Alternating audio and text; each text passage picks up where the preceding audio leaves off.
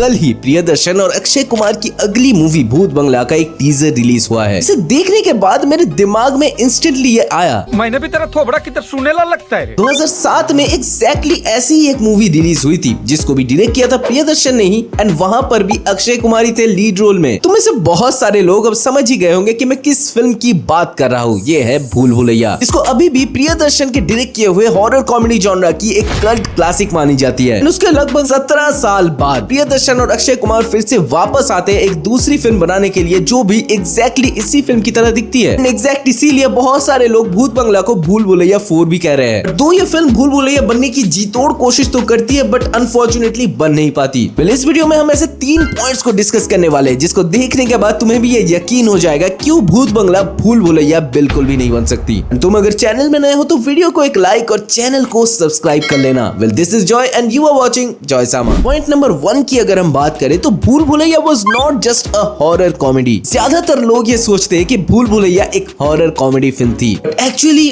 भूल Bhulaiyaa was a psychological mystery film. Movie का first act जो होता है वहां पर एक सेटअप ऐसा किया जाता है जहां पर हमें ये बिलीव कराने की कोशिश की जाती है कि ये एक भूतिया हवेली है एंड यहाँ पर कोई पुरानी आत्मा रहती है जो अपनी बदला लेना चाहती है। बट फिल्म के एंड में जाकर हमें ये पता चलता है कि मंजुलिका कोई भी टिपिकल भूत नहीं थी, बल्कि एक साइकोलॉजिकल डिसऑर्डर यानी कि मानसिक रोग का रिप्रेजेंटेशन थी। एंड ये बीमारी ऐसी थी कि एक पढ़ी लिखी अमेरिका से आई लड़की अवनी अपने आप को रात में मंजुलिका समझ बैठती है। इसका अवनी के कैरेक्टर से तो दूर दूर तक कोई भी लेना देना नहीं है। मंजुलिका एक डांसर तो होती है, बट उसके साथ बंगाली भी बोलती है जो अवनी को बिल्कुल भी नहीं आती। तो पहले तो हमारे सामने एक मिस्ट्री टाइप का सेटअप किया जाता है, जहां पर हमें यह दिखाया जाता है कि कोई कलश को गिरा रहा है, कोई फर्नीचर्स को फेंक रहा है, कोई सामानों को आग लगा दे रहा है। बट ये आखिर कर कौन रहा है, ये मिस्ट्री धीरे धीरे जैसे मूवी आगे बढ़ती है अनफोल्ड होती हुई जाती है अक्षय कुमार के थ्रू, जहां पर फाइनल कुछ सीन्स में हमें ये क्लियर किया जाता है कि ये सब एक इंसान ही कर रहा था एंड ये सब कैसे हो रहा था। भूल भुलैया 2 और 3 जब आई तब अनीस बज़मी ने इसको कंप्लीटली चेंज करके एक भूतिया एंगल डाल दिया, तो भूल भुलैया का जो सोल है उससे ही मैच नहीं करती। खैर, इसके बारे में हम आगे और भी डिटेल में बात करेंगे। फाइनली जब क्लाइमैक्स में जाकर अक्षय कुमार हमें ये एक्सप्लेन करते हैं कि ये सब कोई सुपरनैचुरल चीजें नहीं बल्कि मेडिकल साइंस है,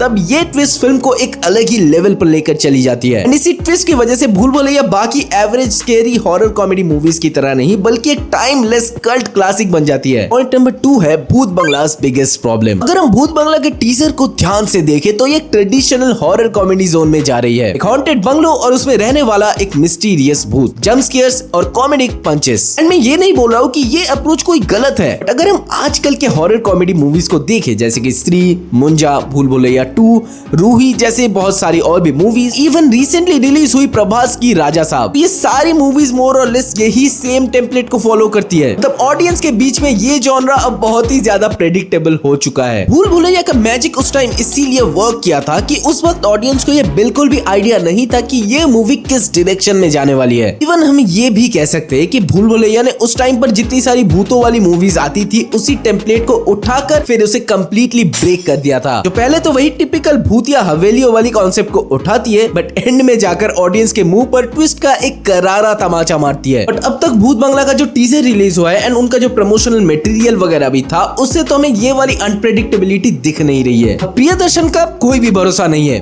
उनका टीजर ट्रेलर एक टाइप का होता है और एंड में जाकर हमें पता चलता है कि कहानी तो कुछ और ही थी। आई रियली होप भूत बंगला जो अभी तक हमें वो डरावना वाला माहौल और वो मजा नहीं दे पाई, फिल्म के रिलीज के बाद हमें वो सारा कुछ एक बार में ही मिल जाए। एक और इंटरेस्टिंग फैक्ट भी मैं तुम्हें बता देता हूँ। भूत बंगला के टीजर में हमें जो ओवरऑल कहानी दिखाई जाती है, एक वधूसुर नाम का राक्षस होता है एंड नाम में वधु है तो तुम्हें आइडिया लग ही गया होगा, ये नई नवेली दुल्हनों को किडनैप करता है। अब किडनैप करने के बाद क्या करता है ये तो मैं बताया नहीं गया, बट क्या तुम्हें पता है इसी सेम कॉन्सेप्ट पर 1979 में एक फिल्म रिलीज हुई थी जानी दुश्मन। पर ऐसे ही सेम एक भूत होता है जो नई नवेली दुल्हनों को उनकी डोलियों में से उठाकर ले जाता है एंड फिर मार देता है। उस टाइम पर इस फिल्म में एक बड़ी स्टार कास्ट को लिया गया था, जिनमें से थे जितेंद्र, सुनील दत्त, शत्रुघ्न सिन्हा, नीतू सिंह जैसे और भी बहुत सारे स्टार्स। ये फिल्म भी पहले एक हॉरर टोन को फॉलो करती है एंड फाइनली एंड में जाकर हमें रिवील किया जाता है कि ये भूत आखिर है कौन एंड ये सब जो दुल्हनों को किडनैप एंड फिर मारने वाला ये जो सिलसिला होता है ये क्यों चल रहा है। उस टाइम पर तो मैं जब छोटा था इस फिल्म को बहुत ज्यादा टीवी पे दिखाया जाता था एंड मेरी तो बहुत ज्यादा फटती थी उस भूत से। एंड भूत बंगला का कहानी जब मैंने इसके टीजर में देखा तब भूल भुलैया के अलावा भी मुझे इस फिल्म का इंस्टेंटली याद आ गया। तुमने अगर नहीं देखी तो इस वीडियो के बाद जरूर से उस फिल्म को चेकआउट करना।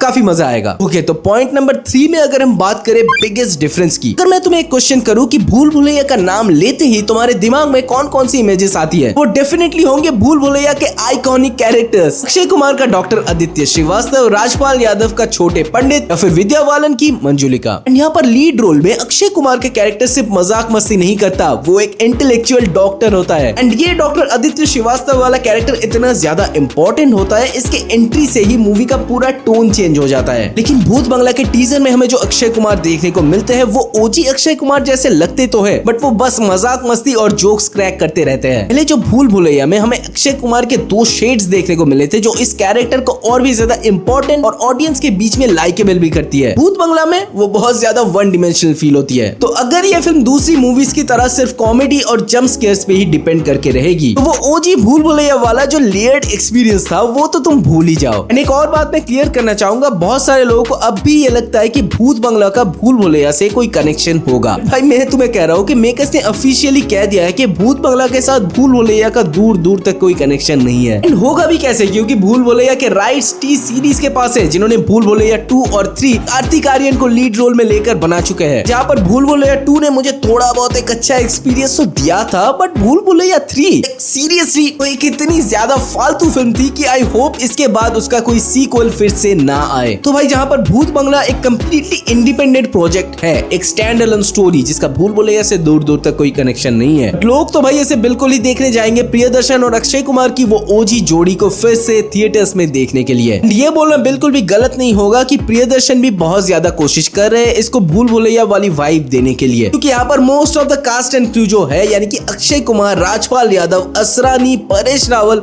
वो पुरानी भूल भुलैया में भी थे। उनको जिस तरीके के मोमेंट्स दिए गए हैं टीजर में, वो भी तुम्हें इंस्टेंटली भूल भुलैया की याद दिला देगी। जैसे भूल भुलैया में अमीषा पटेल और विद्या बालन थी, यहाँ पर वामिका गब्बी और तब्बू है। वही पुरानी हवेली, उसमें एक भूत, एक हीरो और वही ओजी कास्ट। देखना यह है कि क्या 17 साल बाद भूत बंगला वही पुरानी भूल भुलैया वाली वाइब को डिलीवर कर पाएगी, ऑडियंस फिर से वही मंजुलिका वाली फीलिंग थिएटर्स में एक्सपीरियंस कर पाएगी, क्या भूत बंगला अपनी नई आइडेंटिटी क्रिएट कर पाएगी, या फिर इसी भूल भुलैया में फंस के रह जाएगी। तुम्हारे थॉट्स हमें कमेंट्स में जरूर बताना। एंड अगर तुम्हें ऐसी मूवीज और सीरीज पे रिव्यूज और डीप ब्रेकडाउन्स पसंद आते हैं तो हमारे चैनल को अभी के अभी सब्सक्राइब कर लेना, क्योंकि यहाँ पर हम सिर्फ फिल्म्स को देखते नहीं बल्कि समझते भी है।